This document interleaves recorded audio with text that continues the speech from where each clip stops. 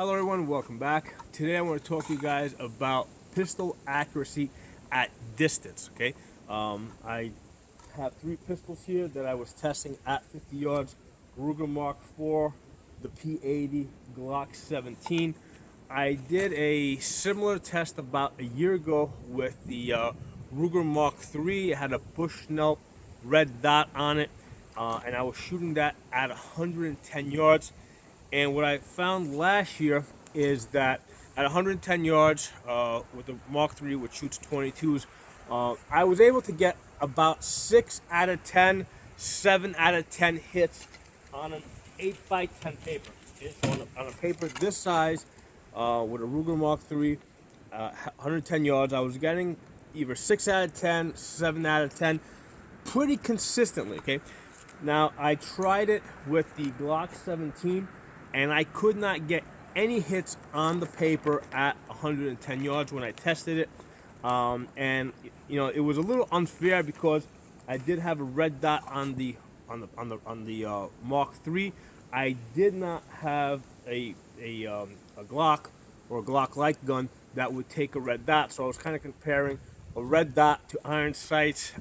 So I thought that was kind of unfair. So this year, I've got a P80 here, which is basically a Glock clone that has a red dot on it. In fact, these two guns have the same exact red dot on it. They got the Holosun 507C. So I thought that would be a really fair comparison. And what I did is, instead of shooting it out at 110 yards, I brought it in to 50 yards. The reason is I knew I would get good accuracy with the Mark IV, because that's a Mark IV now that I'm using this time around. The Mark III actually completely shut out that barrel, and Ruger replaced it for me. They did charge me some extra money to replace it, but the point is that the Mark III is gone. I got a Mark IV now. So I was shooting this at 50 yards because I knew that at 50 yards, I mean, the bullets wouldn't be like on top of each other. There would be a little bit of a spread. And at the same time, I had a good feeling that with these 9mm pistols, right, with these Glocks, I would be able to get some hits even with the iron sights. Okay, so this way I could, I had something to compare. Okay, so I started off with the Mark IV. Okay, so this is the Mark IV, and it's got the Holosun 507C on it. Normally I shoot this with the circle only. I switched it to dot only to give me a finer point, so I can put it on top of this the bullseye that I set up here. And what I'm getting is an average of about 5 inches at 50 yards. Okay, now let me explain to you guys how we're shooting this. Okay. Basically, from a benched position, okay, I was resting the barrel of the gun on the bag, right, and getting down. I actually had this raised up a little bit higher, but resting the barrel of the gun on the bag, trying to stabilize it as much as possible. Now, I did this yesterday and the day before that. I had a lot less wind. I was hoping to do a little bit more testing today, but the wind is just too much, and with the pistol ammo at 50 yards, it would make a difference, a significant difference with the type of wind I've got today, which is about 15 miles an hour, and it's a crosswind. Yesterday's wind was less, and it was heading straight out, so it impacted the bullets less. So the point is, I couldn't really test this today, but it's a good day to make this video. So at 50 yards with this Mark IV using the red dot, I'm getting about 5 inches. And over 2 days, I probably shot about 100 rounds. I was doing groupings of 5-shot groupings. Okay, so I would shoot would do 5 shots, look at it, do another 5 shots. So I did a lot of work with that. I wanted to kind of get a better sense of what this gun would do. And here's a good example. The total grouping over here, right? Between that shot there and that shot there, on this one is about 7 inches, right? But then I have a 4-shot cluster, okay, that is 4 inches. Okay, so I got a 4-shot cluster here. All right, and then here's another good one. So same thing, I see for between the furthest two shots, I see a 6-inch grouping, right? But then I got a 4-shot cluster over here of about 2 inches, okay? So, you know, I'm pretty sure if I worked on this longer, if I did it maybe in the summertime on days that I didn't have any wind at all, because I still had some wind when I was shooting this, it was going straight out. You know, I might be able to get this down to 2 inches. Certainly, I think maybe 3 inches. But for now, I'm going to say my average is 5 inches at 50 yards with this Ruger Mark IV. I think out of the 100 or so rounds that I shot, I think all of them, with the exception of maybe 2 or 3, were on the paper. Okay, I think there was only like 2 instances where the shots came off the paper, and it was either a wind condition that picked up, or you know, maybe I just jerked it a little bit too much or whatever it was. But for the most part, I can reliably get 98% consistency on the paper at 50 yards with an average grouping of about 5 inches. Okay, so let me put this down. And what I did then is I went to the Glock 17. This is all stock parts. Paper. Okay. I don't want to lose these papers because, like I said, there's wind today. So this is all stock. I was even using a original Glock magazine. So the results for this, and that's using iron sights, right? I just got iron sights on this gun. Okay, was that I did a 3-shot. I did 3 groupings, 5 shots each. The first grouping was 1 out of 5 on the paper. The second grouping was 0 out of 5 on the paper. The third grouping was 3 out of 5 on the paper. So I can't even say I have a grouping. I can just tell you how many shots were on the paper. The best I got was 3 out of 5. This paper here is the best one I got.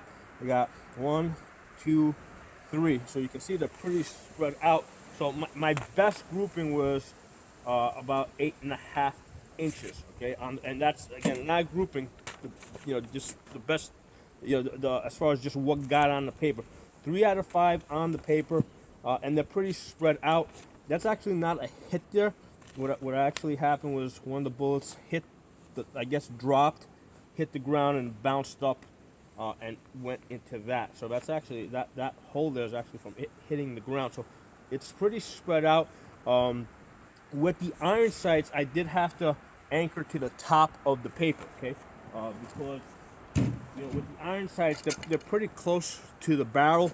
I mean, these guns, you know, with the iron sights, they're not zeroed in for 50 yards. They're probably zeroed in for much closer distance. You know, the factory sights, they're probably zeroed in for maybe 20 yards. So at the 50 yards, I was getting a drop. It was dropping to near the bottom of the paper. So after a couple of times of testing it, I realized that just in order to get on the paper, I would have to anchor my iron sights to the top of the paper up here, right? All right, so that was with the Glock 17. And then I said, okay, now let's try the P80. Okay, so P80, it's got a red dot on it, same red dot that's on that Ruger Mark IV over there, the House on 507C. It's got the suppressor height sights. And with this, I did do better, okay? I did, again, in 3 groupings, 5 shots each. Okay, I got 1 out of 5, right, on the paper. Then 3 out of 5 on the paper. Okay, that's the one that you see over here, right, where I got 1 hit, 2 hits, 3 hits, right? So they're spread out, you know, almost 10 inches apart, right? And then there's 2 that are completely off the paper.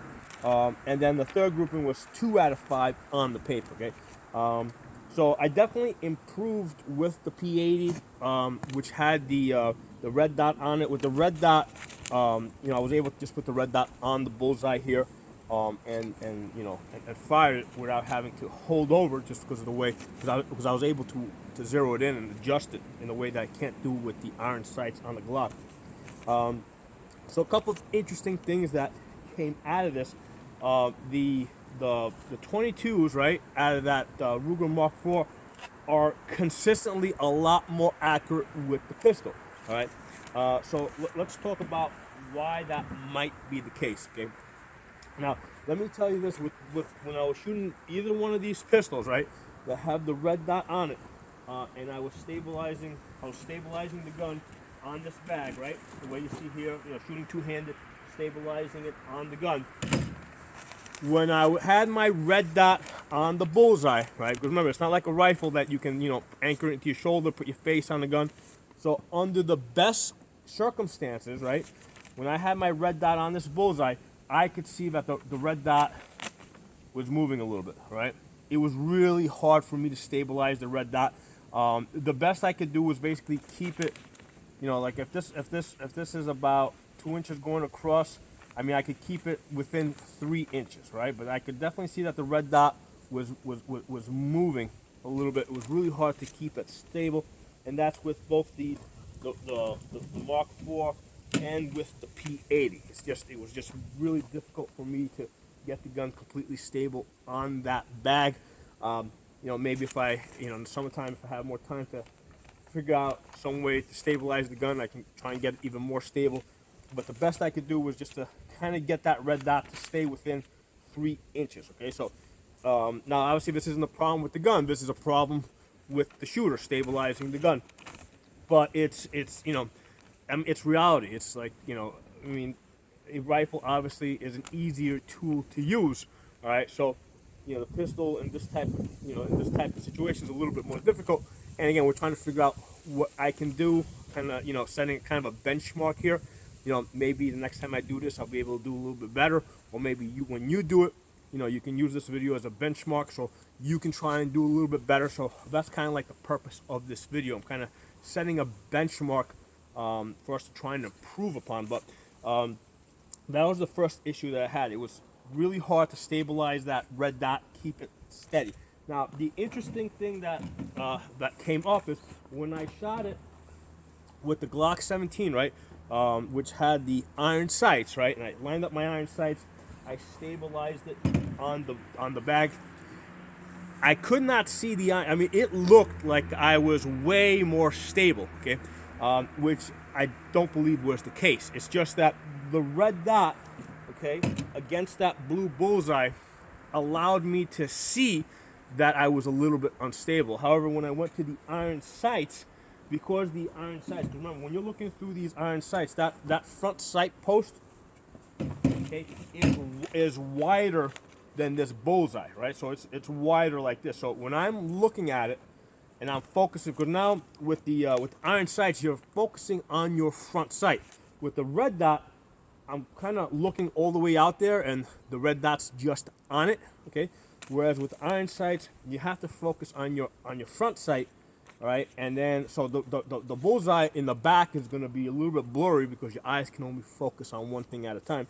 So you're focusing on your front sight post, and when you put your front sight post underneath this thing over here, right, and you match it up, you think that you're stable, okay? But you're not. It's just that you can't tell that there's a little bit of movement there, which is something that you will be able to see with the red dot, which is why I think the red dot is such a great training tool, because it allows you to see better when you're not as stable, when there's a little bit of movement. So I found that interesting. And like I said, I felt that I was more stable with, obviously these two guns are pretty much the same thing. I was holding this gun the same way I would hold this gun, so there's no reason why I would be holding this gun more stable. It's just I couldn't tell that I was not holding the gun stable, whereas with the red dot, I was able to see my error. I could see that I was moving that red dot in here a little bit. So I found that really interesting. That's one of the things that came out of this test. Again, the purpose of a test is, you're not just testing the guns, but you're also testing yourself, okay? So that's something that I learned out of this thing. Now let's talk a little bit more.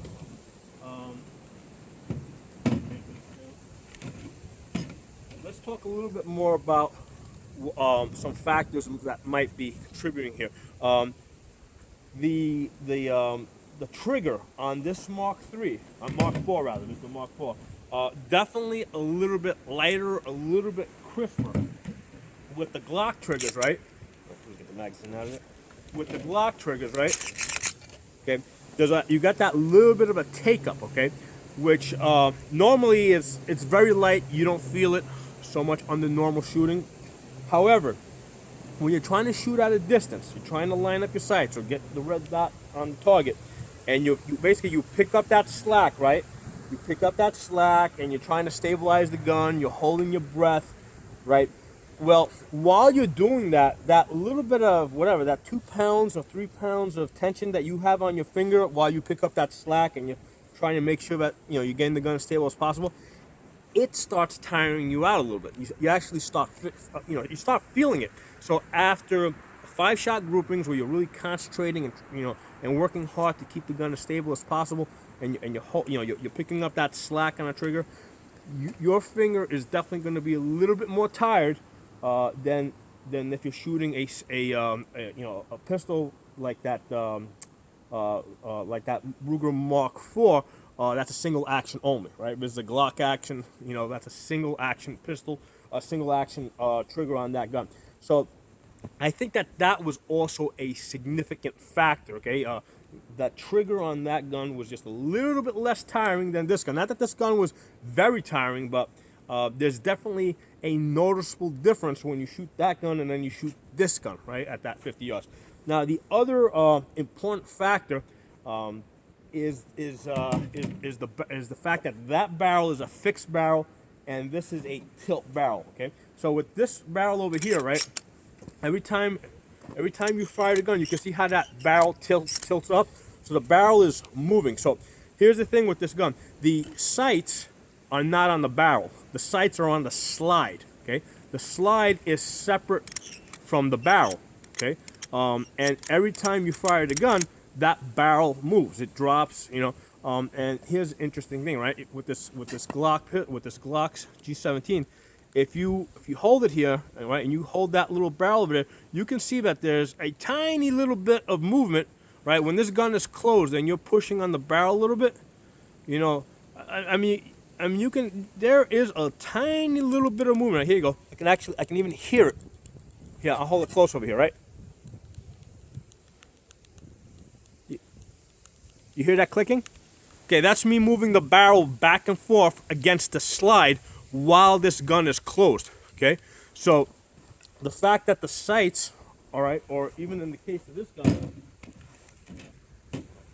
okay, the sights, whether it's the iron sights or your red dot, are on the slide and not the barrel, I think is a difference. Is a significant difference as to why it's a struggle to hit an 8x11 paper at 50 yards with a 9mm pistol that has the tilt barrel design.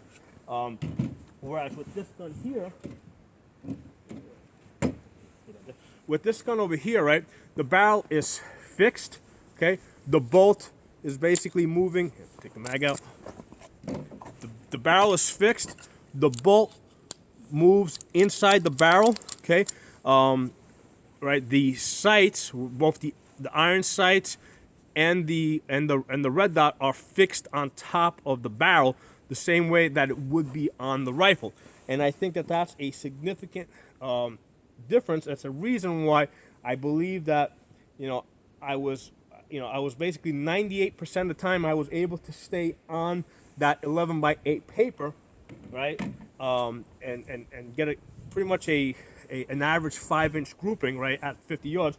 Whereas with these guns over here that had that tilt barrel design, it was really a struggle to just stay on the paper, and I was lucky if I can get 3 out of 5 on the paper. So I think this is some interesting information that I kind of suspected. Finally had a chance to kind of test it out, and to do this, basically I needed a Glock or a Glock-like pistol that had a red dot on it so I could more fairly compare, apples and apples. I do intend on doing more testing in the future on this. I just kind of, and this testing kind of built up on the testing I did a year ago when I was shooting that Mark III at 110 yards. Kind of gave me the information I needed to kind of, put this test together, and I sort of knew what I was looking for. So if you guys have any comments, questions, feedback, put in the comment section. If you're not a member of the channel, please subscribe. I'll see you guys next time.